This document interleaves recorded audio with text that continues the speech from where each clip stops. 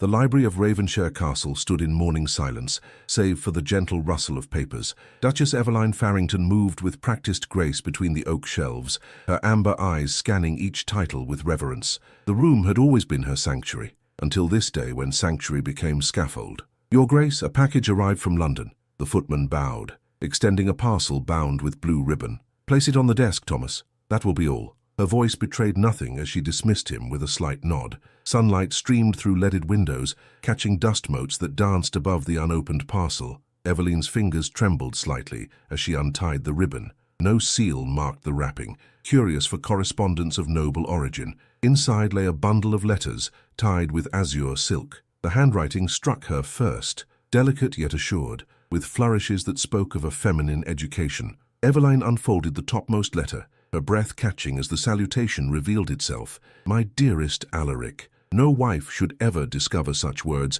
addressed to her husband by another's hand. The signature at the bottom pierced her heart with surgical precision. "Forever yours, Mirabell, Lady Mirabell Hawthorne, the Countess of Westmoreland, known for her alabaster beauty and sharp wit, known too for her proximity to the Duke during his frequent visits to Parliament." Eveline's knees weakened. She sank into the leather chair, letters splayed across her lap like fallen leaves. The grandfather clock ticked mercilessly as she read each page, each poison-sweet endearment, each clandestine meeting recounted in scandalous detail. "Your Grace," a soft voice interrupted. Lydia, her lady's maid, stood hesitantly at the threshold. Eveline composed herself with remarkable swiftness. "Lydia, stand watch outside the library window. Allow no one entry until I signal." "No one," the girl curtsied.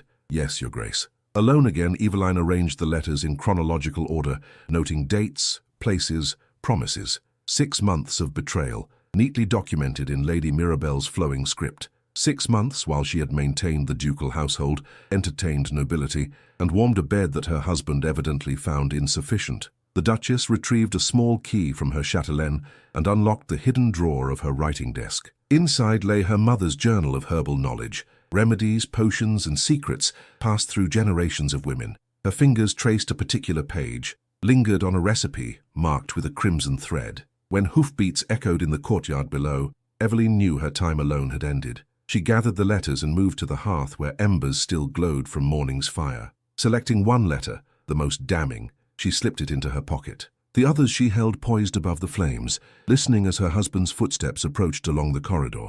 The door opened. Duke Alaric Farrington of Ravenshire filled the threshold, resplendent in riding attire, his grey eyes widening at the sight before him. "Eveline? What?" His voice faltered as he recognized the papers in her hand. "One step forward," she said, her voice glacier cold, "and these letters fly from the window. Ravenshire will burn with your shame." He remained frozen, aristocratic features paling. "How came you by those?" "Does it matter? They found me, as truth always finds light." Her hand remained steady above the embers. "Did you imagine I would never know? That Lady Mirabell's discretion matched her ardor? I can explain." "No explanations, only consequences." With deliberate slowness, she lowered the first letter to the flames. Paper curled, blackened, dissolved to ash. The Duke moved forward, halting when she raised the remaining bundle threateningly toward the window. "For God's sake, Eveline, think of the scandal." "I think of nothing else." Another letter met the flames. "I think of how Ravenshire will whisper, how the servants already whisper, how your mother, the Dowager Duchess who welcomed me as daughter, will weep." Letter after letter fed the fire until only one remained in her hand, the one she had pocketed earlier. The Duke watched, transfixed, as his indiscretions turned to cinders. "Why burn them?" he asked hoarsely. "Why not use them against me?" Eveline's amber eyes reflected firelight as she stepped toward him, close enough that he could smell the lavender in her hair, close enough to strike or kiss. Her voice dropped to a whisper that seemed to fill the vast library. "You are mine, and I'll make you remember that tonight." He recoiled as if struck, confusion replacing guilt on his handsome face. She moved to the window and opened it wide. "Lydia," she called softly. The maid appeared below, face upturned. Eveline let the final letter flutter down. "Keep this safe. Return it only to me." The Duke watched speechless as his wife turned back to him. The morning light illuminated her profile, chin raised, shoulders squared, revealing not the broken woman he had expected, but something altogether more formidable. "Tonight," she repeated, brushing past him toward the door, "you will join me for dinner at 8. You will wear the blue waistcoat I gave you at Christmas. You will bring no gifts. Speak no apologies. He could only nod, throat dry with unexpected fear. At the threshold she paused. "Until then, husband, contemplate what you nearly lost, and what you might still regain." The library door closed behind her, with the quiet finality of a tomb sealing shut. The Duke's apartments felt suddenly foreign to him as he prepared for dinner. Each familiar object, the silver brushes arranged precisely on his dressing table, the ancestral portraits, gazing down with painted disapproval, the crystal decanters of amber spirits, seemed transformed by his wife's discovery. "The blue waistcoat, sir." Jenkins, his valet of 15 years, held the garment with practiced deference. "Yes." Alaric adjusted his cravat in the looking-glass, noting the tension in his own reflection. "Has Her Grace emerged from her chambers today?" "Indeed, Your Grace. The Duchess visited the Dowager this afternoon. She returned with several parcels from the apothecary in the village." This detail disturbed the Duke more than he cared to admit. Eveline's mother had been renowned for her knowledge of herbs and remedies, knowledge passed to her daughter, despite his own family's disapproval of such common practices. Jenkins helped him into the waistcoat, its sapphire silk embroidered with silver thread that matched the signet ring he wore as Duke of Ravenshire. He dismissed the valet and poured himself 2 fingers of whiskey, which he consumed in a single swallow. The clock chimed 8:15. With uncharacteristic reluctance, he descended the grand staircase. Dinner was laid in the small dining room rather than the formal hall, an intimacy that unnerved him further. Candles burned in silver candelabras, casting flickering shadows across damask tablecloths and crystal goblets. A fire crackled in the hearth, though the spring evening required no additional warmth. "Your Grace." The butler bowed as Alaric entered. "Is Her Grace—" he began, but fell silent as Eveline appeared in the doorway opposite. She wore crimson velvet that caught the candlelight and transformed it to liquid flame around her slender form. Her dark hair was arranged in an elegant coiffure, adorned with a single ruby hairpin, his gift from their first anniversary, long relegated to her jewelry case. "Good evening, husband." Her voice carried the same arctic composure it had held in the library, yet something else lurked beneath, something that quickened his pulse despite himself. He bowed formally. "Duchess." The butler pulled out her chair with practiced efficiency. When they were seated, he signaled the footman, who began serving the first course. The meal progressed with excruciating correctness, soup, fish, roast and accompaniments appearing and disappearing, while husband and wife exchanged pleasantries about the weather, the estate, the health of distant relatives. Only when the servants withdrew, leaving them with dessert and port, did the facade crack. "You visited my mother today," he said, watching her over the rim of his glass. The Dowager was most enlightening. Eveline traced the edge of her dessert plate with one finger. "Did you know your father was similarly afflicted with wandering affections early in their marriage?" Alaric stiffened. "That is hardly relevant." "I disagree." She lifted her eyes to his. "The path you walk was trodden before. The consequences, however, need not be identical." The Duke shifted uncomfortably. "My mother never spoke of such things.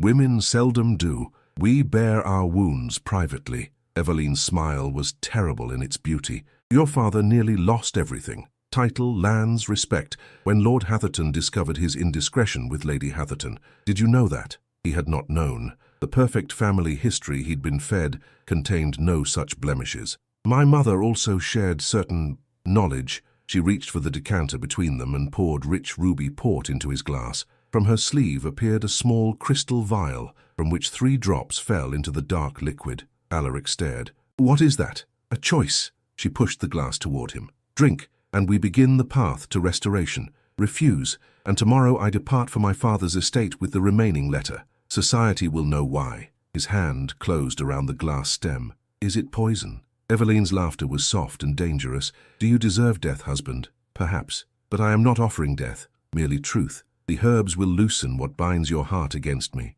The Duke raised the glass, hesitated, then drank deeply. The port tasted richer somehow, with an undertone of something wild and unfamiliar that spread warmth through his chest. "Good." She rose, smoothing her crimson skirts. "Now we retire." He followed her through silent corridors to her chambers, not the ducal suite they typically shared, but her private rooms at the east wing. The bedchamber was illuminated only by firelight and a single candle beside a bed draped in crimson hangings that matched her gown. "Eveline," he began, reaching for her, suddenly desperate to explain, to apologize, to reclaim what he had carelessly discarded. She stepped away, amber eyes reflecting candlelight. "Remove your coat and waistcoat." He obeyed, fingers fumbling with buttons, as unfamiliar heat coursed through him. When he stood in shirt sleeves, she circled him slowly, her gaze appraising. "Do you feel it yet?" she asked. "The fire in your blood?" Indeed, something was happening. Desire unlike any he had known, even in Lady Mirabel's arms,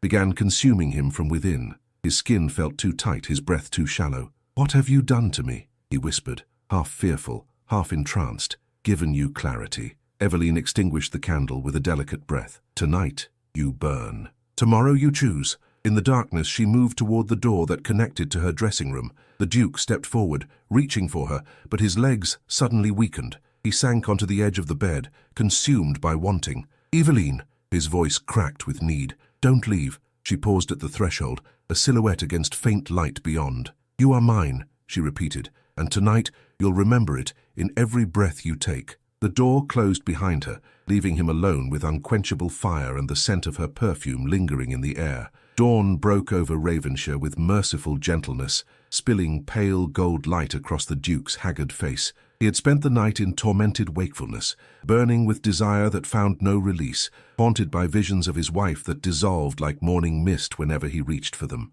The door to Eveline's dressing room remained closed, a simple wooden barrier that might as well have been forged from tempered steel. Sometime during the endless night, he had pressed his forehead against it, listening for movement, for breath, for any indication that she suffered as he did. Nothing but silence answered him. When the first servant stirred below, he retreated to his own chambers, unwilling to be discovered in such a state. Jenkins received him with practiced neutrality, though the valet's eyes widened slightly at his master's dishevelment. "A bath, Your Grace, and perhaps a tonic for—" Jenkins hesitated delicately. "For what, precisely?" Alaric snapped, then immediately regretted his tone. The man had served him faithfully through far worse indignities. "Forgive me, sir, only that you appear somewhat indisposed." The Duke sighed, sinking into a chair by the window. "A bath, yes, and send word to the stables. I shall ride after breakfast." Physical exertion, he reasoned, might purge whatever substance still coursed through his veins. The chill morning air would clear his head,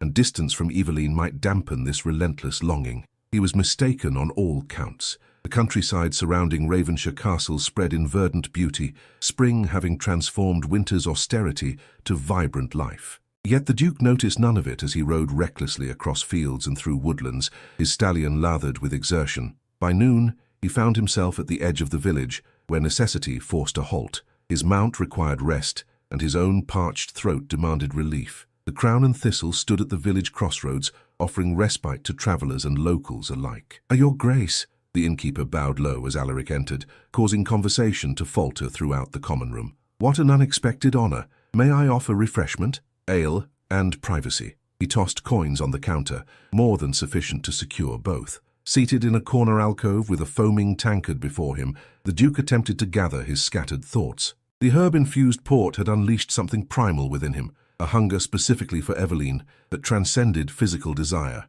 He craved her presence, her voice, her forgiveness, with an intensity that frightened him. "1,000 pardons, Your Grace." Alaric looked up, irritation flashing across his features. Lord Edmund Blackwood, one of his closest friends and confidants, stood before him with an expression of amused curiosity. "Edmund," he gestured curtly to the opposite chair. "What brings you to this backwater? I might ask the same." Blackwood settled his elegant frame into the offered seat. "Though perhaps I already know the answer. Word travels quickly in certain circles." The Duke's fingers tightened around his tankard. "What word?" "That Lady Mirabel has been rather indiscreet, that certain letters may have found their way into the wrong hands." Blackwood signalled for his own drink, seemingly oblivious to his friend's darkening expression. "She always was careless with correspondence. I warned you, did I not?" Alaric leaned forward, voice dropping dangerously. "How do you know of this?" "My dear Duke, everyone knows, or will, shortly." Blackwood accepted a glass of brandy from the serving girl. "Lady Mirabel herself spreads the tale that she has rejected you, claims you grew too ardent, too demanding of her affections." Blood drained from the Duke's face. "She lies, naturally. But society adores a salacious falsehood over a mundane truth." Blackwood sipped his brandy with infuriating calm. "The question remains, what will you do? What will the illustrious Duchess do?" Alaric rose abruptly, throwing coins on the table. "My wife," he said with quiet intensity, "is not your concern." "Ah, but she is everyone's fascination now." Blackwood's smile held no warmth. "The betrayed Duchess of Ravenshire. Will she flee to her father's estate in disgrace? Will she publicly denounce you? Or—" he leaned forward, voice dropping to a conspiratorial whisper. Will she exact some feminine revenge? Something snapped within the Duke. His hand shot forward, grasping Blackwood's cravat and jerking the smaller man half across the table. Speak of her again with anything less than absolute respect, he growled, and you shall answer to me on the dueling field. He released Blackwood so suddenly that the man nearly toppled backward. Without another word, Alaric strode from the tavern, ignoring the startled silence that followed. The ride back to Ravenshire passed in a blur of cold fury and dawning realization. By the time the castle towers appeared on the horizon, the Duke's course was set. He would not allow Eveline to become fodder for society's malicious entertainment, nor would he permit Lady Mirabelle to rewrite their affair to suit her vanity. The castle courtyard bustled with unexpected activity when he arrived. A carriage bearing the Dowager Duchess's crest stood before the main entrance, its matched greys stamping restlessly against the cobblestones. "What is the meaning of this?" he demanded of the nearest footman. "The Dowager Duchess departs for London this afternoon, Your Grace," came the reply. "Most urgent business," she said. Alaric dismounted, tossing the reins to a waiting groom, and took the main stairs 2 at a time. He found his mother in the grand salon, directing the packing of her personal items, while Eveline sat calmly nearby, embroidery hoop in her lap. "Mother," he bowed formally, "I was not informed of your journey." The Dowager Duchess of Ravenshire, still formidable at 62, fixed her son with a gaze that had quelled dukes and diplomats alike. "Some matters cannot wait upon your convenience, Alaric." Eveline's needle flashed in and out of taut fabric, her face a study in tranquil concentration. She wore blue today, the color of morning glories, her hair arranged in a simpler style that somehow enhanced her natural elegance. "What matters demand such haste?" he asked, unable to keep accusation from his tone. "Lady Mirabelle Hawthorne has been spreading certain rumors." His mother's voice could have frosted glass. "I go to remind her, and those who listen, what it means to challenge the House of Ravenshire." The Duke paled. "Mother, there is no need. There is every need." The Dowager's gaze flickered briefly to Eveline, whose needle continued its steady rhythm. "Our family does not tolerate slander, nor do we abandon our own." The emphasis on those final words left no doubt as to her meaning. The Dowager had chosen sides, and not with her son. As servants entered to collect the last of her belongings, the older woman approached Eveline's chair. "Remember what I told you, my dear," she said softly, though not softly enough to escape Alaric's hearing. "A man's fire burns hot but brief. A woman's burns steady enough to forge steel." Eveline finally looked up, her amber eyes warm with genuine affection. "Safe journey, mother." The Dowager Duchess departed in a rustle of black silk and quiet dignity, leaving husband and wife alone in sudden, heavy silence. "You spoke with her?" It was not a question. "She came to me." Eveline set aside her embroidery and rose with fluid grace. "A mother defends her children, even from themselves." The Duke moved closer, drawn by the same magnetic pull that had tormented him through the night. "And are you my defender now, wife? Or my jailer?" "Neither." Her gaze held his without wavering. "I am simply your match." Before he could respond,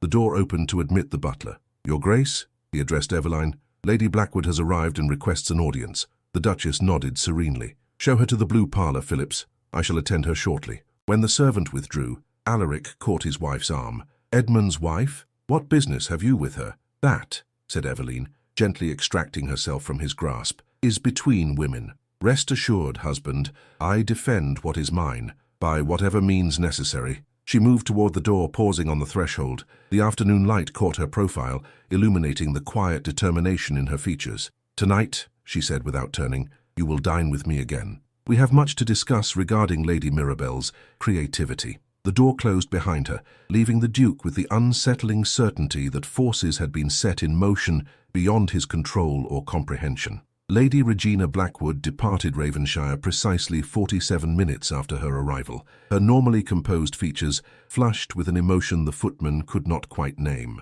She did not request her husband's whereabouts, though Lord Edmund's horse remained tethered in the castle stables. Whatever transpired in the blue parlour had concluded with brisk efficiency and left the air charged with unspoken consequence. Eveline watched from the east wing window as the Blackwood carriage disappeared down the elm-lined drive. Her reflection in the glass revealed nothing of her thoughts, a skill cultivated through years of navigating society's treacherous waters. Behind her the fire crackled in companionable solitude. "Your Grace," Lydia's soft voice broke the silence. "Shall I begin preparations for dinner?" "Yes." Eveline turned from the window. "The small dining room again. And Lydia, Bring me the letter. The maid withdrew, returning moments later with the final missive from Lady Mirabelle, preserved from yesterday's burning. Eveline took it with steady hands and broke the seal. Though she had memorized its contents upon first reading, something compelled her to revisit the elegant script, to trace the words that had nearly shattered her world. "My dearest Alaric," it began, "I count the hours until London receives you again.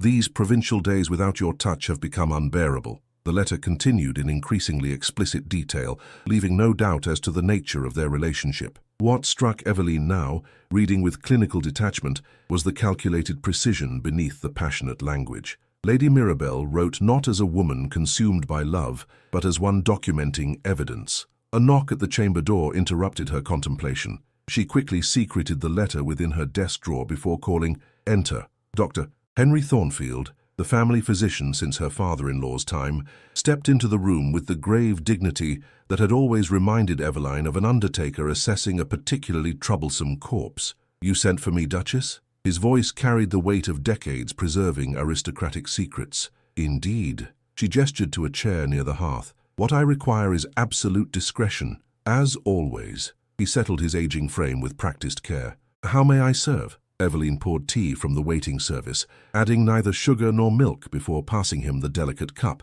"I require your knowledge of certain conditions that might affect a man of my husband's age and constitution." If the physician was surprised by her directness, he concealed it masterfully. "His Grace enjoys robust health, to my knowledge." "Physical health, certainly." She sipped her own tea. "I speak of melancholia, confusion, perhaps even delusions." Dr. Thornfield's bushy eyebrows rose fractionally. "Has the Duke exhibited such symptoms?" "Not yet." Her amber eyes reflected firelight with unsettling intensity. "But one must be prepared should certain circumstances arise." Understanding dawned slowly across the physician's weathered features. "I see. And might these circumstances include public statements of an unflattering nature, perhaps regarding marital relations?" "Precisely." Eveline set down her cup with a porcelain clink. "Should my husband ever speak of improprieties or make wild accusations, I would need authoritative testimony that such behavior stems from a temporary derangement, one requiring seclusion and treatment."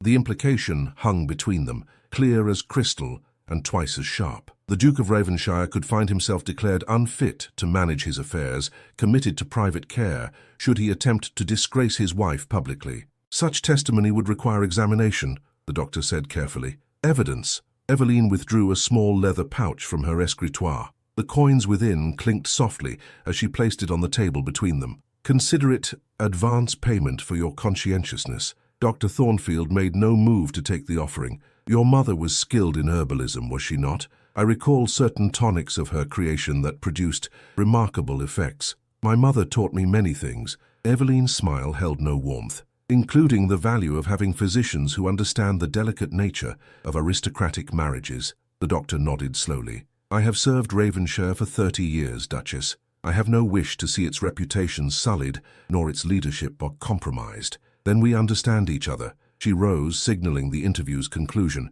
"You need not take the pouch now. Consider it held in trust, against future necessity." When the physician had gone, Eveline returned to the window. Twilight descended over the estate, painting the formal gardens in deepening shades of indigo and violet. Somewhere within those cultivated acres walked her husband. She had glimpsed his tall figure earlier, pacing with the restless energy of a caged predator. The herbs she had administered would reach their peak tonight. The fire in his blood would burn hotter, the need more desperate. Tomorrow would bring clarity or consequences. She turned away from the window and rang for Lydia. Time to prepare for the evening's next act. Duke Alaric arrived for dinner precisely at 8, his formal attire immaculate, his features schooled to aristocratic impassivity. Only the heightened color in his cheeks and the slight tremor in his hands betrayed his inner turmoil. "Good evening, husband." Eveline's voice carried across the small dining room with musical precision. He bowed stiffly. "Duchess." Candlelight gilded her features,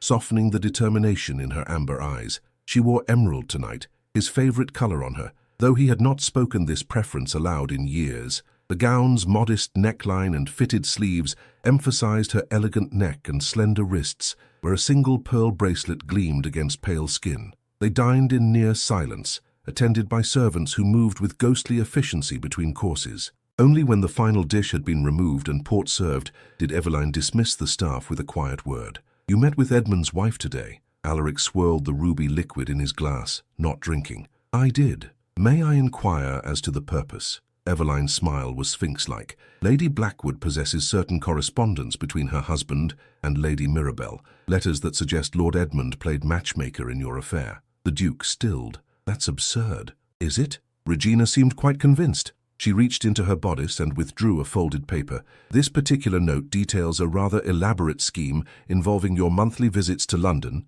convenient introductions, and strategic absences. Alaric's expression darkened. Edmund would never... Men seldom recognize betrayal from their own kind. Eveline unfolded the note and placed it before him. Your friend has been sharing your private indiscretions with half of London society. He finds your infatuation with Lady Mirabelle highly amusing. The Duke scanned the letter, colour draining from his face as he recognized Edmund's distinctive scrawl. Phrases leapt from the page. Alaric plays the lovesick fool beautifully, and his country duchess suspects nothing. And most damning, Mirabelle performs her role to perfection, for suitable compensation, naturally. This cannot be real, he whispered, though the evidence of his friend's betrayal lay irrefutable before him. Reality often disappoints, Eveline said softly.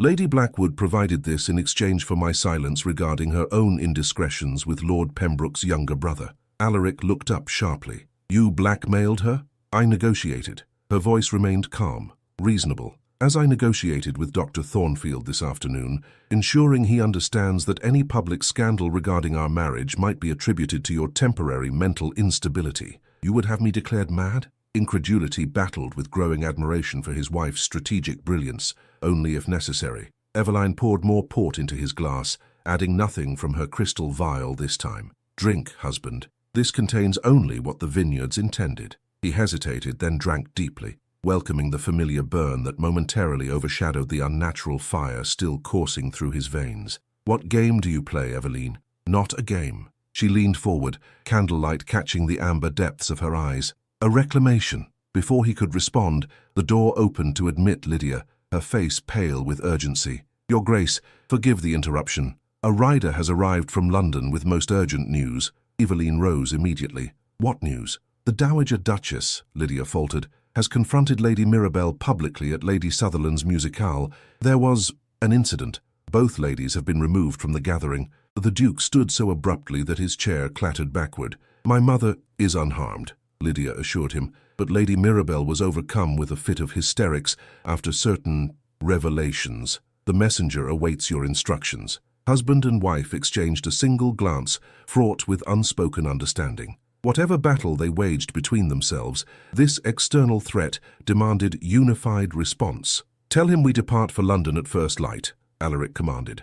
Have the carriages prepared. When Lydia had gone, he turned to Eveline with newfound respect. It seems we journey to the battlefield together, wife. Indeed. She moved toward the door with quiet dignity. Rest well, husband. Tomorrow requires our combined strength. He caught her hand as she passed, his fingers burning against her cool skin. Tonight, he said hoarsely, I would not be alone with these flames you've kindled. Eveline's gaze held his, measuring, assessing. The fire purifies, she replied softly. One more night of burning and perhaps you will be worthy of quenching. She withdrew her hand and departed, leaving him with the lingering scent of her perfume and the growing certainty that he had gravely underestimated the woman he had married. London welcomed the Duke and Duchess of Ravensshire with its perpetual cacophony of carriage wheels, street vendors, and society whispers. Their arrival at Ravensshire House in Grosvenor Square caused immediate ripples through the aristocratic waters, particularly as they arrived in the same carriage, presenting a united front that confounded expectations. The vultures gather already, Alaric murmured, noting the strategic positioning of several society matrons at windows across the square. News travels faster than our horses. Let them watch. Eveline descended from the carriage with practiced grace, her travelling ensemble of midnight blue, a stark contrast to the spring fashions favouring lighter hues. What they see will be entirely of our choosing. The Dowager Duchess awaited them in the drawing-room, enthroned like a general after successful campaign. Despite the grueling journey from Ravensshire, Eveline insisted on immediate conference. Servants were dismissed, doors firmly closed.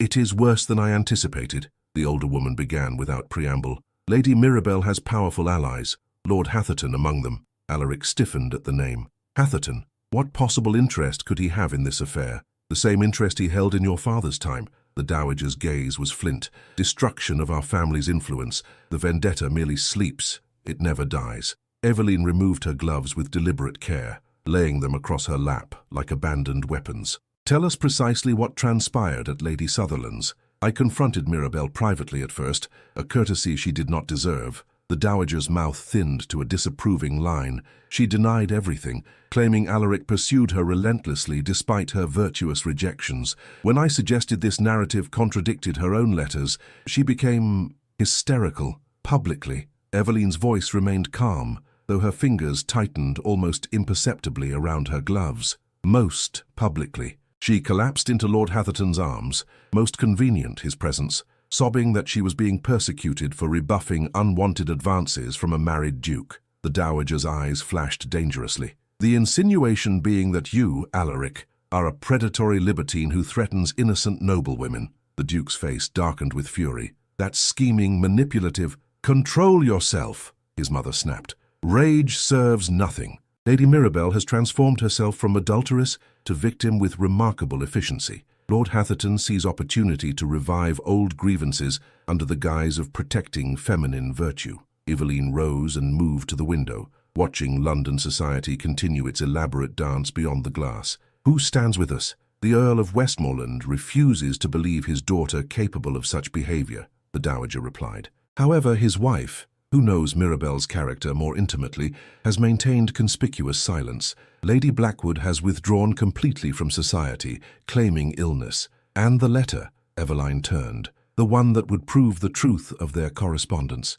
remains our only tangible evidence. The dowager's gaze sharpened. "You preserved it as instructed?" "I did." Eveline returned to her seat with measured steps. Though its production would create scandal regardless of who appears vindicated, Alaric paced the perimeter of the room, the unnatural fire in his blood now commingled with righteous anger. "What of Edmund? His betrayal deserves answer." "Lord Blackwood," said Eveline with delicate emphasis, "has received invitation to meet with me tomorrow morning. I suspect his appearance will depend entirely on what his wife has revealed of our previous conversation." The Duke halted his pacing. "You cannot meet him alone." "I shall not be alone." Her smile carried predatory grace. "Your mother will accompany me while you attend Lord Pembroke's club, where Hatherton frequently breakfasts. Your presence alone will demonstrate you fear no accusations." "A sound strategy," the dowager approved. "Divided forces achieve multiple objectives." Alaric studied his wife with growing fascination. The woman he had dismissed as a pleasant provincial companion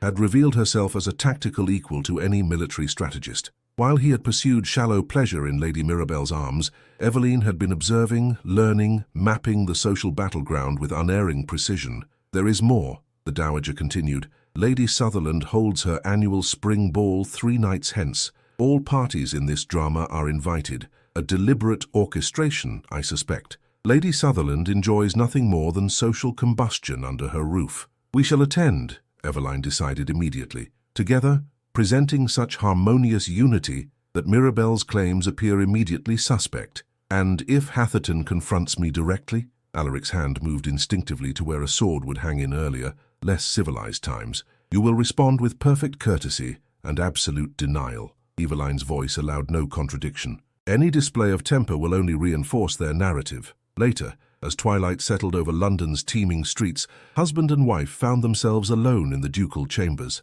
Servants had prepared separate rooms, but Eveline had wordlessly followed Alaric to his apartments, closing the door behind them with quiet finality. "The fire still burns," he said hoarsely, standing by the window while she seated herself before the vanity. "Whatever you gave me is nothing compared to what you gave yourself." She began removing the pins from her hair, each one placed precisely on the silver tray beside her. "The herbs merely illuminate what already exists within you." Dark waves cascaded down her back as the final pin was withdrawn. The Duke watched, transfixed, as she lifted a silver-backed brush and began drawing it through the silken mass with rhythmic strokes. "What already exists?" he echoed, moving closer despite himself. "Desire." She met his eyes in the mirror's reflection. "Not for Lady Mirabel or her practiced charms, but for what you discarded without appreciation. For the wife who matches your strength, your intelligence, your passion." The brush continued its hypnotic journey, each stroke seeming to tighten the invisible cord drawing him toward her.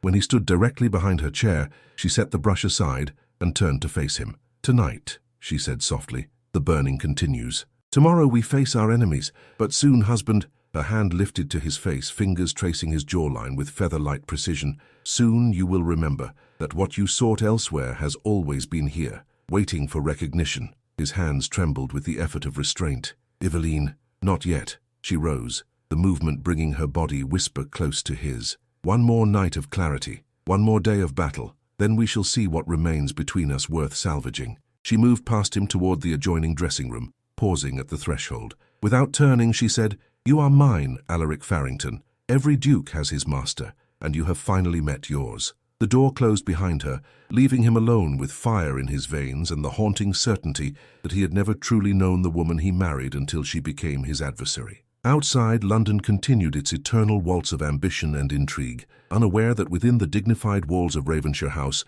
an altogether more profound revolution was underway. Lord Edmund Blackwood did not appear for his appointment at Ravenshire House the following morning. His manservant delivered a carefully worded note expressing sudden illness and profound regret at the inconvenience. The elegant script conveyed nothing of sincerity. "Cowardice," pronounced the Dowager Duchess, tossing the missive aside. "He knows his game is discovered." Eveline merely smiled, a brief curve of lips that contained neither humor nor surprise. "I anticipated as much, which is why I sent a second invitation to his club where public refusal would raise questions about his courage." "You invited yourself to Brooks's?" Alaric asked incredulously, pausing in the doorway where he had been observing this exchange. Gentlemen's clubs remained sacrosanct male territory, impenetrable to feminine intrusion. "Certainly not." Eveline's composure remained undisturbed. "I invited him to meet with both of us at White's at precisely 2 o'clock, where you already have luncheon arrangements with Lord Pembroke. His absence would be noted by half the peerage."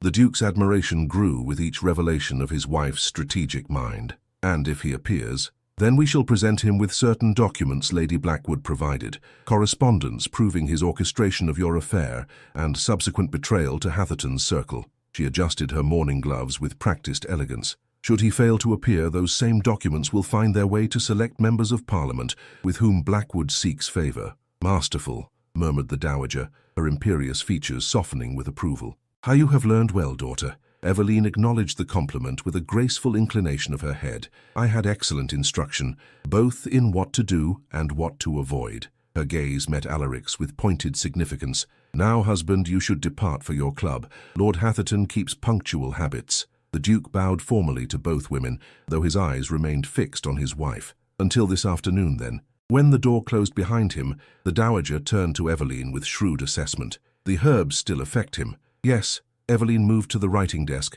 selecting a sheet of finest stationery embossed with the Ravenshire crest. "They will reach culmination tonight after the opera. And then we shall see if what remains is worthy of redemption." Her pen scratched across the paper with decisive strokes. "If he passes through fire purified, our marriage may yet flourish. If not—" She paused, meeting the older woman's gaze directly. "I have made certain arrangements." The Dowager nodded slowly. "I thought you might have. Henry Thornfield visited me yesterday. He seemed concerned about Alaric's potential for nervous exhaustion should certain stresses continue.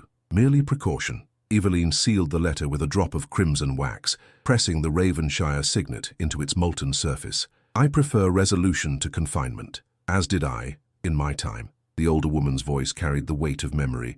"Though your methods show more imagination than mine, London's most exclusive gentlemen's club admitted few disturbances to its hallowed atmosphere of leather, tobacco, and carefully modulated masculine conversation. Thus, the arrival of a messenger bearing the Ravenshire seal caused barely perceptible ripples across the main salon. The Duke accepted the folded missive with aristocratic indifference, though his heart quickened at the familiar handwriting within. "Hatherton has called at Ravenshire House.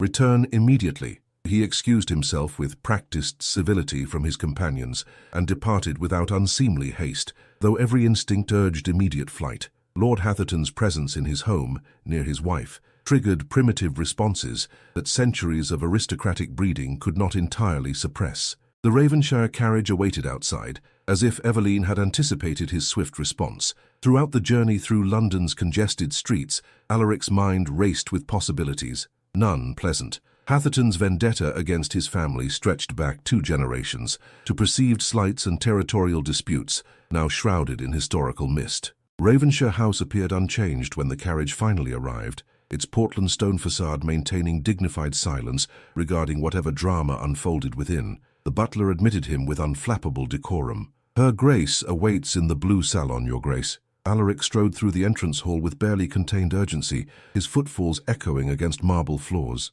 He paused only momentarily before the salon doors, composing his features into the mask of ducal authority, then entered without announcement. The tableau before him stopped him cold. Eveline sat with perfect posture upon the blue damask settee, her morning gown of dove grey lending her an air of understated elegance. Across from her, in the wing-back chair typically reserved for the Duke himself, sat Lord Hatherton, a silver-haired predator in impeccable tailoring. Between them, on the rosewood tea table, lay a familiar packet tied with blue ribbon, the letters, all of them, not merely the one Eveline had preserved. "Ah, Ravenshire," Hatherton rose with exaggerated courtesy. "How fortunate you've returned. Your lovely Duchess has been most enlightening company." Alaric's gaze locked with Eveline's, searching for explanation, for reassurance. Her amber eyes revealed nothing. "Lord Hatherton brought a most curious package," she said, her voice carrying the drawing-room pleasantness that concealed steel beneath silk. "Letters purportedly written by you to Lady Mirabel. He thought I should see them." The Duke's blood froze. "That's impossible. Those letters were burned." "Were they?" Hatherton's smile could have cut glass. How careless of someone to preserve copies. "Or perhaps," his gaze slid to Eveline with calculated insolence, "these are the originals, and what your Duchess burned was merely theatre." "I don't write in purple ink," Alaric said flatly, moving to his wife's side with deliberate possession. "Nor do I sign correspondence with flourishes resembling diseased spiders." Eveline's lips curved slightly at this precise description of the forgery's flaws. "Indeed, I pointed out several such discrepancies to Lord Hatherton, along with the curious fact that these supposed love letters contain details of Ravenshire estate matters known to be incorrect." Hatherton's composure slipped momentarily. "Lady Mirabel confirmed their authenticity." "Did she?" Eveline lifted one letter with gloved fingertips, as if its touch might contaminate. "How interesting that she would authenticate correspondence dated during weeks when my husband was demonstrably elsewhere, as Parliament's attendance records would verify." The older man's face darkened with barely suppressed fury. "You think yourself clever, Duchess, but this game has only begun." "Not a game, Lord Hatherton," Eveline corrected gently. "A lesson in consequences." She withdrew from her pocket a small, folded document and placed it atop the forged letters. "This arrived from Lady Blackwood this morning. A signed confession regarding her husband's collaboration with you and Lady Mirabel to orchestrate this entire affair, from the initial introduction to the manufactured scandal." Hatherton remained frighteningly still. "Blackwood would never betray me." "Perhaps not willingly." Alaric found his voice, moving to stand behind his wife's chair in wordless support. "But his wife holds certain evidence of his own indiscretions that would result in financial ruin should they become public. One finds that self-preservation often trumps loyalty," Eveline added with gentle emphasis, "particularly among conspirators." The older man's hand moved toward the documents, but Eveline was faster, gathering them with efficient grace and passing them to her husband. "I believe we have concluded our business, Lord Hatherton. Phillips will see you out." As if summoned by arcane magic, the butler appeared in the doorway. Hatherton had no choice but to depart with the tattered remnants of his dignity, though his parting glare promised this conflict remained unresolved. When the front door closed behind him with decisive finality, Alaric turned to his wife with undisguised wonder. "How did you know that the letters were forgeries?" Eveline rose, smoothing her skirts with practiced calm. "I didn't, initially, but Lady Blackwood's information suggested Hatherton's involvement extended beyond opportunistic alliance. The forged letters were merely confirmation." "You took an unconscionable risk," he said hoarsely. "Hatherton is dangerous." "All men are dangerous," she replied simply. "But few are prepared for a woman who understands their methods and anticipates their moves." The Duke studied his wife with newfound appreciation. The provincial duchess he had underestimated, overlooked, and ultimately betrayed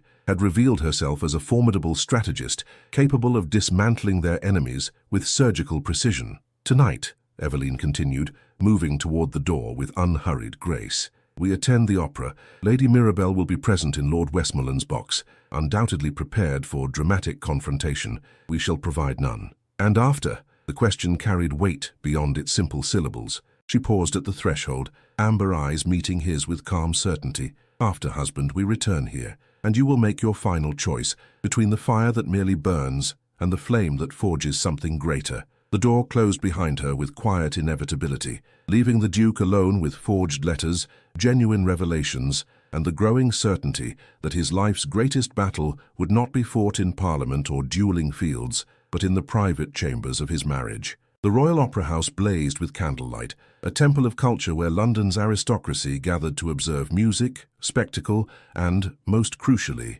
one another. Tonight's performance of Mozart's Don Giovanni carried ironic significance not lost on the Duke of Ravenshire as he escorted his wife through the grand foyer. Eveline moved with serene confidence, her gown of deepest burgundy velvet setting her apart from the pastel silks favored by younger noblewomen. The modest neckline and exquisite draping spoke of taste rather than ostentation, yet every eye followed her progress. Whispers trailed in their wake like perfume. "Lady Mirabelle has arrived," Alaric murmured, offering his arm as they ascended the grand staircase. "Westmoreland's box directly across from ours." As anticipated, Eveline's gloved hand rested lightly upon his sleeve, the picture of wifely devotion. "We shall acknowledge them precisely once with perfect courtesy, then appear utterly absorbed in each other's company." The Duke nodded, admiring her tactical precision, even as the unnatural fire in his blood surged at her proximity. 3 nights of burning had left him hollow yet somehow more substantial, as if impurities had been gradually burned away,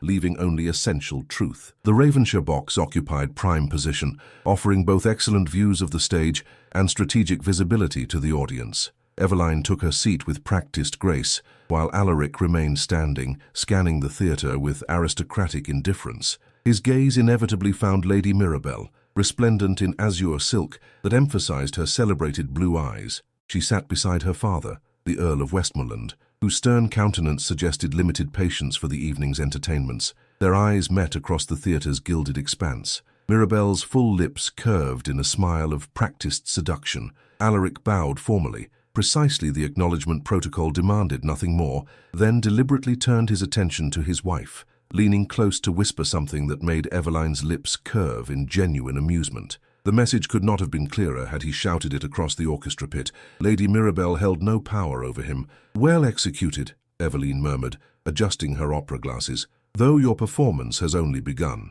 Throughout the first act, husband and wife presented a tableau of matrimonial harmony. Alaric's hand occasionally covered Eveline's on the velvet armrest between them, her head inclined toward him during particularly beautiful arias. They shared observations behind discreetly raised programs. To any observer, they appeared a couple united in appreciation of music and each other's company. During intermission, they remained in their box rather than joining the elaborate promenade in the grand salon. This strategic absence forced attention toward them rather than away, particularly when Lord Hatherton's distinctive voice carried from the corridor outside.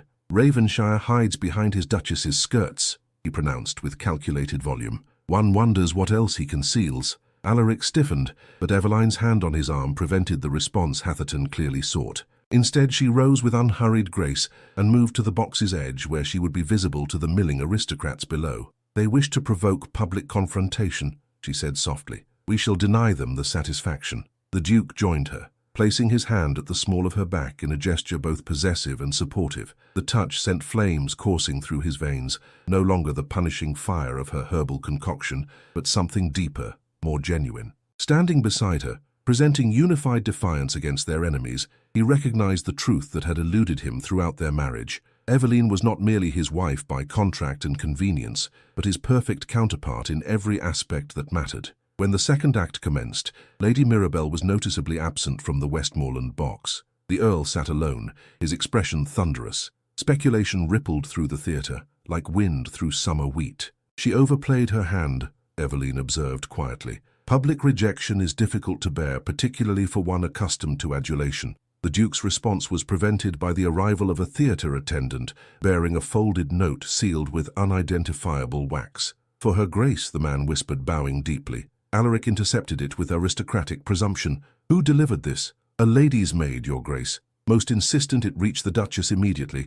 Eveline accepted the missive with a nod of dismissal. When they were alone again, she broke the plain seal and unfolded the paper. Her expression remained unchanged as she read the brief contents, though something flickered in her amber eyes. Not alarm, precisely, but heightened alertness. "Lady Mirabelle requests private audience," she said, refolding the note with deliberate precision. "She awaits in the east antechamber, alone." "A trap," Alaric said immediately. "Hatherton undoubtedly orchestrates some public scene." "Undoubtedly." Eveline tucked the note into her reticule, which is precisely why I shall attend. Before he could protest, she continued with calm authority. You will remain here, visible and composed. Your absence would spark exactly the speculation they desire. I shall return before the act concludes. The Duke recognized the iron beneath her silk tone. At least take your maid. A witness would defeat the purpose. She rose, arranging her shawl with practiced elegance. Trust that I have anticipated this moment, husband. He had no choice but to watch her departure,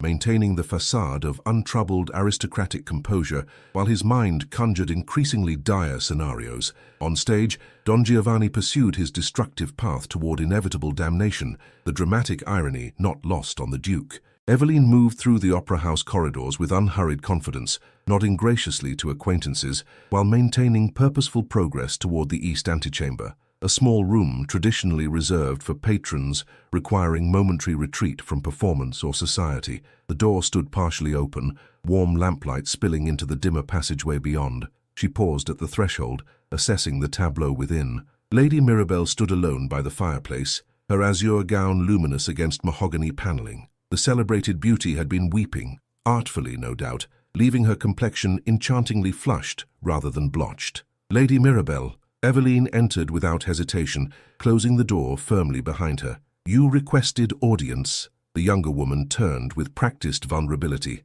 Duchess Ravenshire, how gracious of you to come. Graciousness has no bearing on my presence.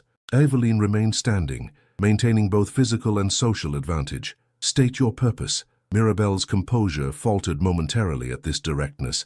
I wish to explain, to apologize for any distress. False contrition wastes both our time. Eveline removed her gloves with deliberate precision, folding them over her wrist. We both know Lord Hatherton orchestrated your role in this affair. The only question remaining is what you hope to salvage from its inevitable collapse. Color drained from the younger woman's face. You cannot possibly know. I know everything. Eveline's voice remained conversational, though her amber eyes hardened to topaz.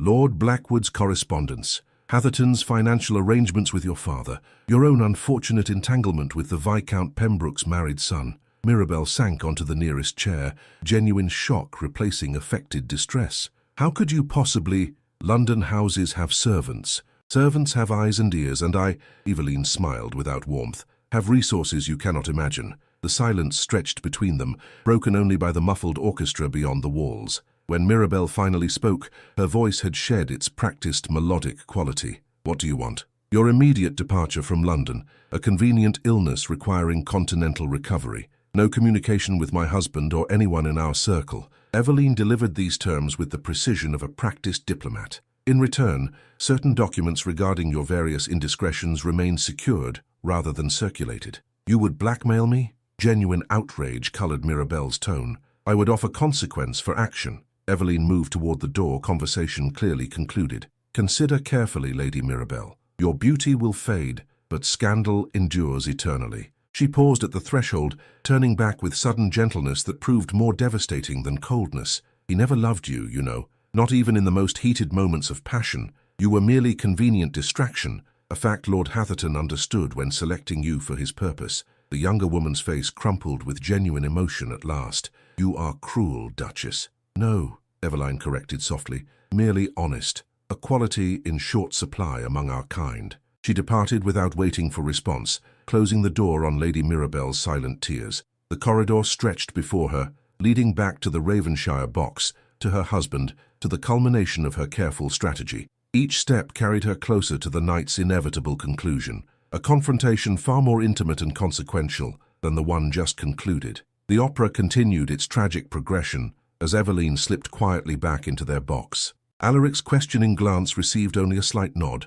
confirmation of victory without need for elaboration. His hand found hers in the dimness, fingers interlacing with unprecedented intimacy. You are remarkable, he whispered, voice rough with admiration and the fire that still consumed him. She turned, amber eyes reflecting candlelight with mesmerizing intensity. Tonight, she murmured, you discover precisely how remarkable, husband. The remainder of the performance passed in heightened awareness, every note resonating with unspoken promise. When the final tragic chords faded and applause erupted around them, the Duke and Duchess of Ravenshire rose in perfect unison, a united front as they faced both the appreciative crowd and the battle awaiting them at home. The Ravenshire carriage moved through London's lamplit streets with stately progression, its matched blacks maintaining dignified pace despite the tension crackling within the velvet-lined interior. Eveline sat opposite her husband, the space between them charged with unspoken anticipation. "Lady Mirabelle will leave for the continent within the week," she said,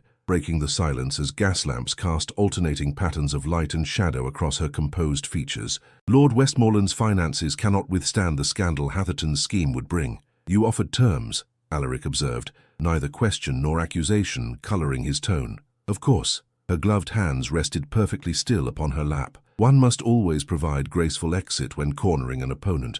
Desperation breeds unpredictable responses. The Duke studied his wife with growing wonder. "Where did you learn such strategy?" "Certainly not from the gentle education your father provided." "My father taught botanical science and classical literature," Eveline agreed, a slight smile touching her lips. "My mother, however, instructed me in human nature, particularly the nature of powerful men and the women who navigate their orbits." "You never speak of her. You never asked." The simple observation carried no recrimination, merely fact. She was daughter to a diplomat before marrying beneath her station for love. The political machinations of 3 royal courts provided her education, one she passed to me through stories you dismissed as feminine chatter. Alaric absorbed this revelation with newfound humility. How much else had he overlooked, undervalued, ignored during their years together? The carriage turned onto Grosvenor Square, approaching the dignified facade of Ravenshire House. "Your mother," he said suddenly. "She knew what you planned from the beginning, didn't she? The herbs, the strategy, all of it." "She recognized the pattern," Eveline corrected gently. Having walked this path herself, she merely illuminated what might otherwise have remained shadows. The carriage halted before their residence. Footmen appeared immediately, opening doors and lowering steps with practiced efficiency. Eveline accepted her husband's hand as she descended, the simple contact sending renewed fire through his veins. They entered their London home with measured steps, maintaining dignified appearances before the servants who lined the grand foyer. The Dowager Duchess awaited them in the main salon, her imperious features revealing nothing as they approached.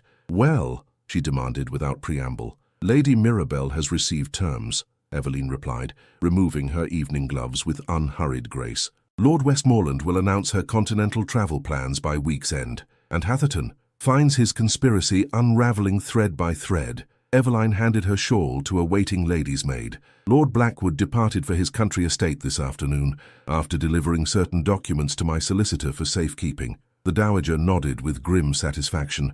"Then the immediate danger passes. The remainder will be managed through proper channels." "Indeed." Eveline's gaze met Alaric's with quiet significance. "If you'll excuse us, Mother, the Duke and I have private matters requiring attention." The older woman's assessment was swift and knowing. "Of course." She rose with regal dignity. "I shall breakfast at 10. We can discuss further strategy then." When they were alone, the pretense of aristocratic composure fell away like discarded garments. Eveline moved to the sideboard and poured amber liquid into crystal glasses, her movements betraying tension despite practiced control. "3 nights of burning," she said quietly, offering one glass to her husband. "Tonight brings either culmination or conclusion. Drink, Alaric." He accepted the glass, studying the liquid with wary assessment. "More herbs? No more deception between us." She raised her own glass in subtle toast. "Only choice." The Duke drank deeply, welcoming the familiar burn of finest brandy, unaltered as promised. Eveline sipped more delicately, amber eyes never leaving his face. "What now, wife?" he asked, voice roughened by emotion and spirit alike. "Having vanquished our enemies and brought me to heel, what fate have you designed for our marriage?" "I design nothing for you." She set down her glass with deliberate precision. "The choice remains yours, as it has from the beginning." "What choice remains when you hold all advantage?" Despite the words, his tone held admiration rather than resentment. "The only choice that matters." Eveline moved closer, close enough that he could detect the subtle perfume that had haunted him through 3 nights of burning isolation. Whether to love truly or merely possess, whether to partner or dominate, whether to see me, truly see me, or continue looking through me toward whatever momentary distraction catches your fancy. The truth of her assessment struck him with physical force. He had married Eveline for her suitable breeding, pleasant disposition, and sufficient dowry. He had appreciated her efficient management of his households and appropriate representation of his title in society, but he had never truly seen the formidable intelligence,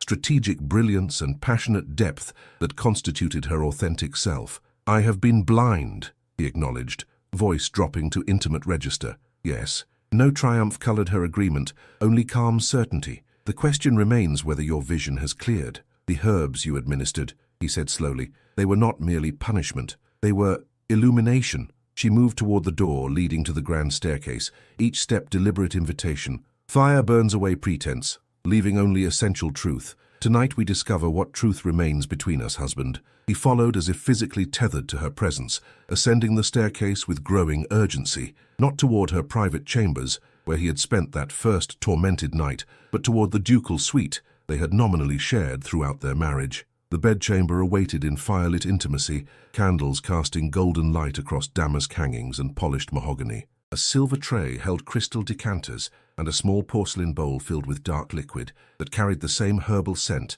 as the drugged port from nights before. Eveline turned to face him in the room's center, her burgundy gown rich as spilled wine in the warm light. 3 drops in the wine brought partial illumination, she said, gesturing toward the bowl. This brings absolute clarity, should you choose it. And if I refuse? Then we continue as before, husband and wife in name and public presentation. I will manage your households and represent your title with appropriate dignity. I will never shame you or betray you. Her voice remained steady despite the magnitude of what she offered, but you will never again know what waits beyond that door. She indicated the door connecting her private chambers to the ducal suite, a portal that had remained largely ceremonial throughout their marriage. And if I accept, his voice roughened with mingled desire and apprehension, then you will know me completely, my mind, my heart, my body, given without reservation. Her amber eyes reflected candlelight with hypnotic intensity. But such knowing carries price. You must offer equal vulnerability, equal truth. The herbs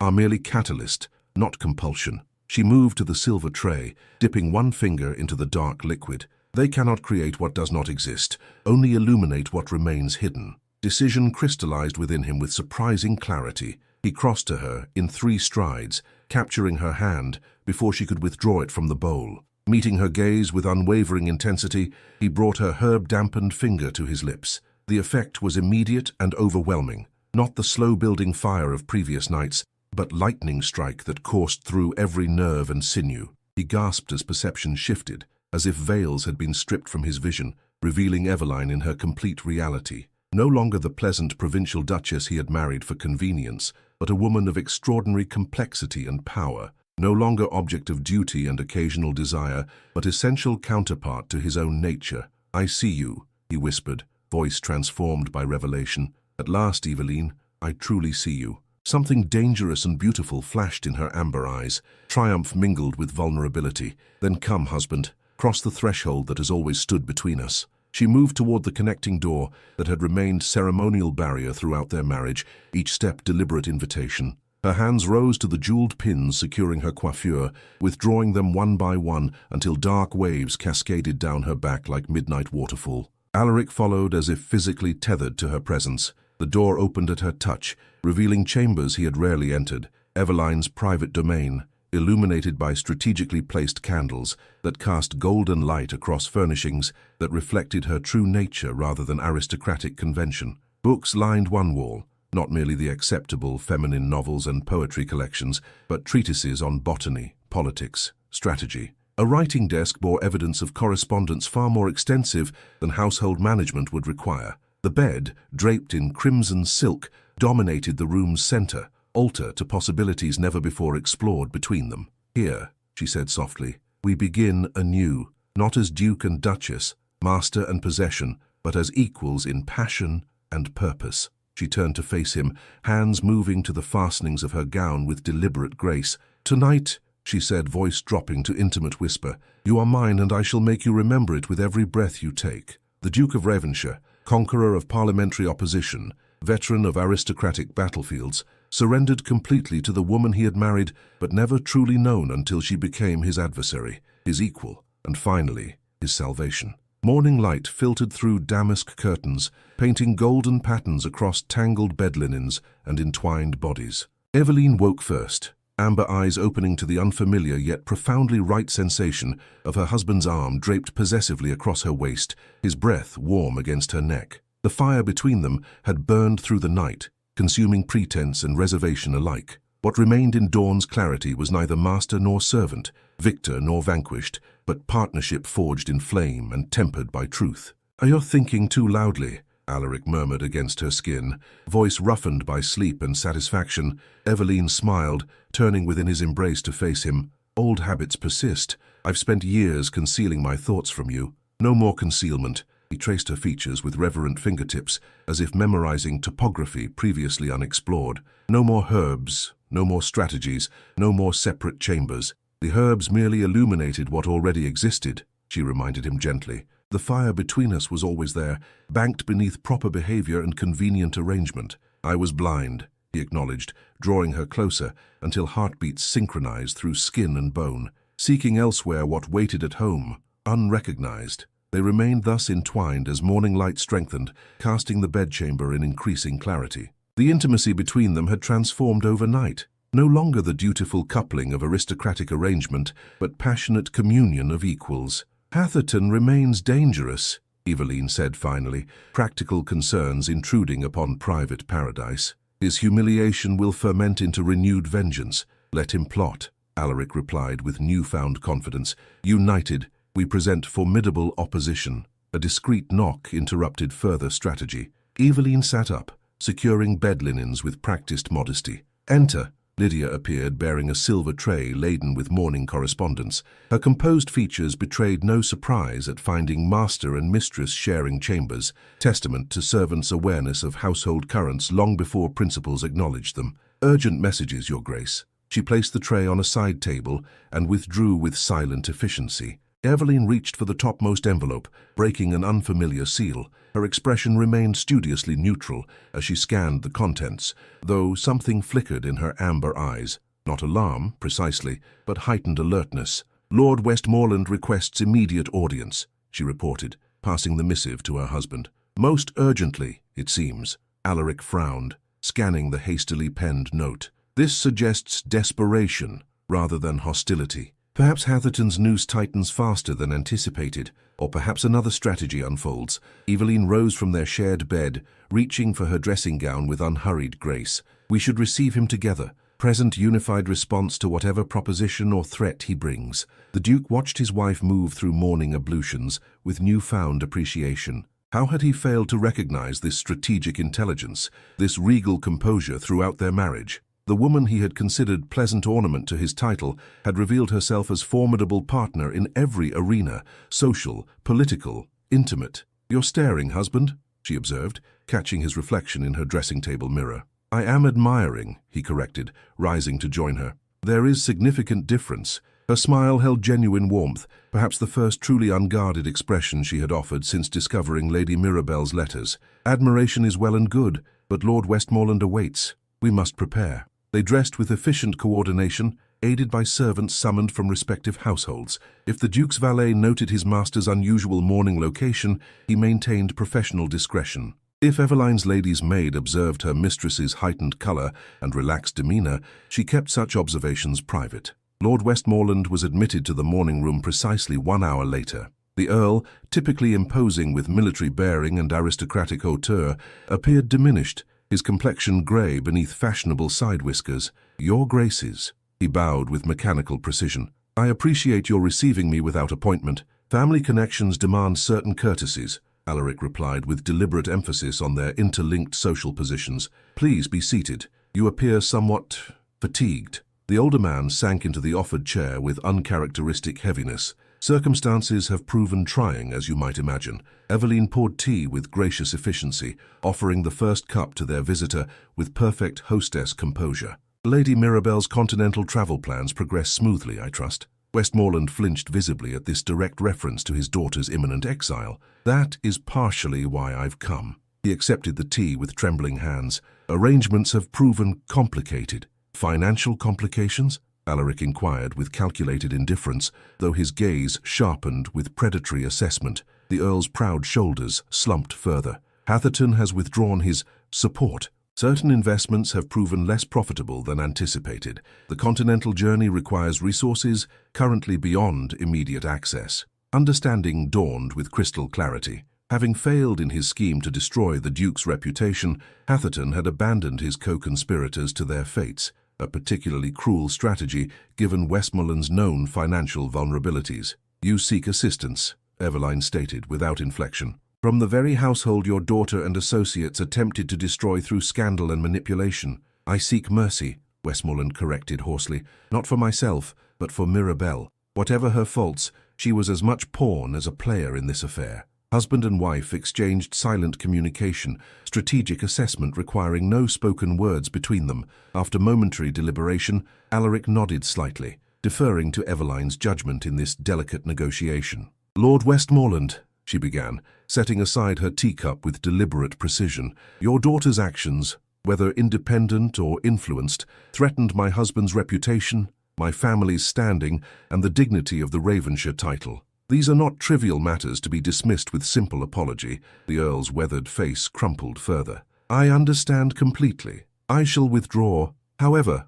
Eveline continued smoothly, "I recognize certain mitigating circumstances. Lady Mirabelle's youth and Hatherton's manipulative influence among them." Hope flickered in the older man's rheumy eyes. "You are most gracious, Duchess." "Not gracious," she corrected gently. "Strategic. Ravenshire has no interest in destroying allied houses, merely in ensuring such alliance remains properly oriented in future." Westmoreland straightened slightly, aristocratic dignity reasserting itself. "What terms would you propose?" "Continental residence for Lady Mirabelle becomes extended educational opportunity rather than exile," Eveline outlined with diplomatic precision. "Financial arrangements handled through appropriate channels without direct connection to our households. Upon return, no less than 2 years hence, Lady Mirabelle may re-enter society under specific conditions regarding proximity to certain parties." "And in exchange?" Wariness colored the Earl's tone, experience having taught that aristocratic charity seldom came without significant price.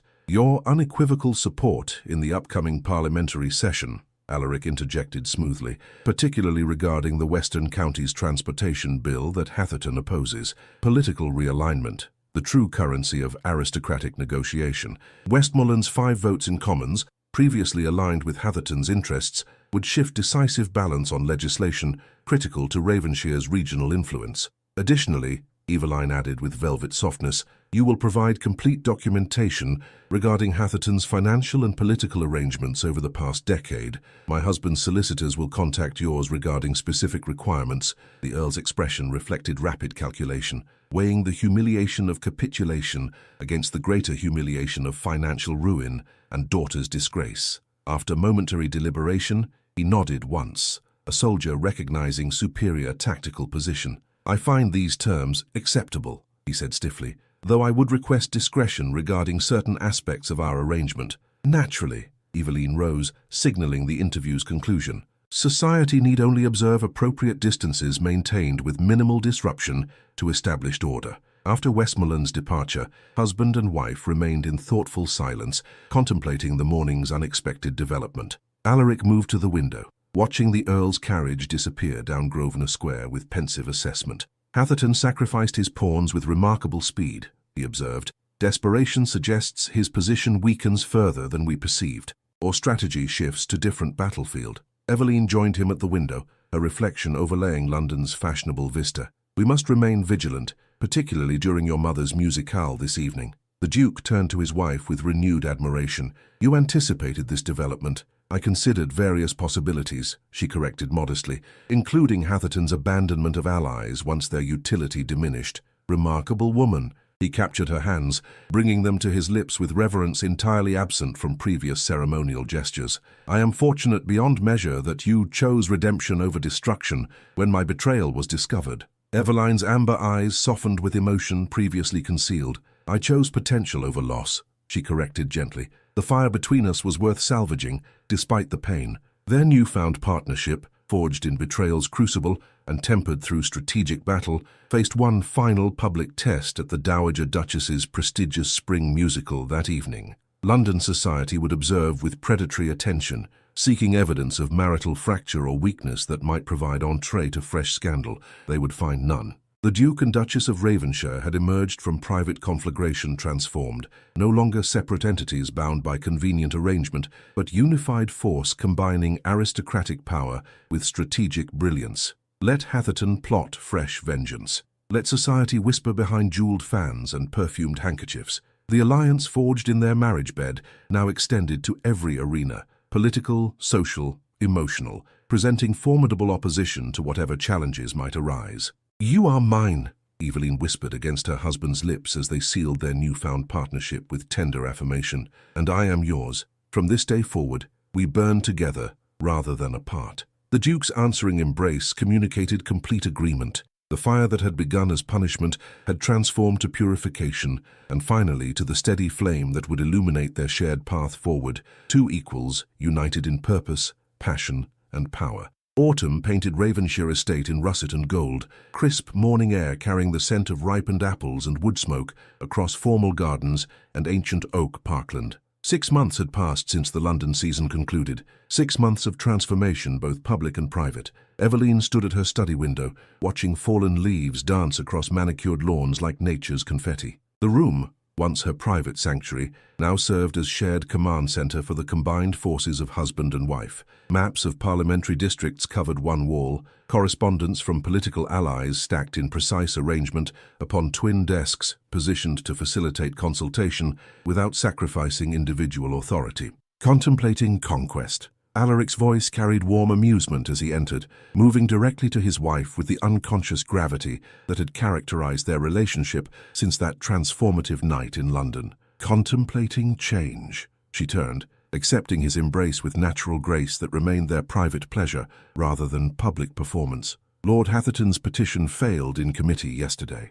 Blackwood's testimony proved decisive. "As you anticipated," he pressed his lips to her temple with reverent intimacy. "Your political instincts surpass those advisors who have counseled my family for generations." Such praise would have seemed impossible mere months ago, when the Duke had considered his wife ornamental rather than essential, when the Duchess had concealed her strategic intelligence beneath proper feminine accomplishments. The partnership forged through betrayal and redemption had since reshaped not only their marriage, but Ravenshire's political landscape. "The Westmoreland alliance holds firm?" Evelyn inquired, though her extensive correspondence network had already provided confirmation. "Absolutely. The Earl's financial situation improves through our discreet arrangements, and Lady Mirabelle writes from Florence with appropriate gratitude for her educational opportunity." Alaric's smile held wry acknowledgement of aristocratic euphemisms. "Your mother's prediction proves correct. Mercy creates more reliable allies than vengeance. Mother always understood power's true nature." Evelyn's amber eyes softened with memory. "Particularly a woman's power, which must often operate through indirect channels. No longer indirect in this household." The Duke gestured toward the parliamentary maps and political correspondence that reflected their shared domain. "Ravenshire benefits from your direct influence now." They moved to the breakfast table, positioned near windows overlooking the estate's eastern approach. Sunlight streamed across fine linen and delicate porcelain, creating domestic tableau that belied the political machinations conducted within these walls. Marriage that had begun as aristocratic arrangement had transformed to powerful alliance, combining his title with her strategy, his authority with her insight. "The Dowager arrives this afternoon," Evelyn reminded him, pouring tea with practiced elegance. "She brings news from court regarding the Queen's interest in our educational initiative." Another transformation, public philanthropy replacing private ambition as the Ravenshire legacy expanded beyond political power to social improvement. The School for Tenant Farmers' Daughters represented Evelyn's vision and Alaric's resources united in common purpose. "Mother will be pleased with construction progress." He accepted the offered cup, fingers brushing hers in casual intimacy, "though she'll undoubtedly find some aspect requiring immediate correction. She merely continues her education of me." Evelyn smiled, warmth replacing the caution that had characterized her early relationship with her mother-in-law. Strategic alliance between generations. Their conversation continued with comfortable familiarity, discussion of estate matters, parliamentary maneuvering, local concerns requiring aristocratic intervention. Partners in every sense, they moved through topics with efficient harmony that reflected their transformed relationship. When breakfast concluded, Alaric withdrew a small package from his coat pocket, a velvet box bearing the Ravenshire crest in silver embroidery. "Anniversary gift," he explained, placing it before her. "Though not of our wedding day." Understanding illuminated Evelyn's features. Exactly 6 months had passed since that transformative night when herbs and truth had burned away pretense between them. 6 months since "You Are Mine" became covenant rather than challenge. You commemorate our true beginning, she observed softly, opening the box with careful fingers. Within rested a pendant of unusual design,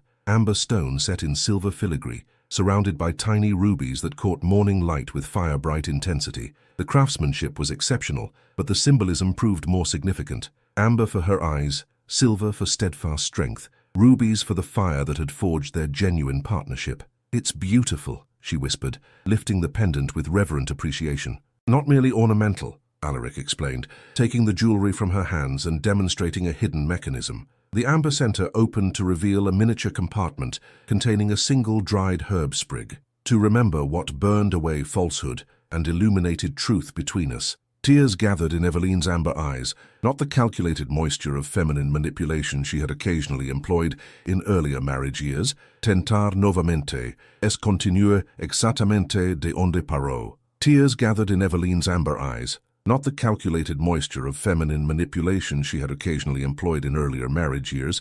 Finalize o epílogo como limite de mínimo de 935 palavras e máximo de 950 palavras por capítulo. Tears gathered in Eveline's amber eyes, not the calculated moisture of feminine manipulation she had occasionally employed in earlier marriage years, but genuine emotion that required no concealment between them now. "You sentimental fool," she chided softly, though her fingers traced the pendant's contours with unmistakable tenderness. "I never thought to see the Duke of Ravenshire commemorating herbs that once brought him to his knees."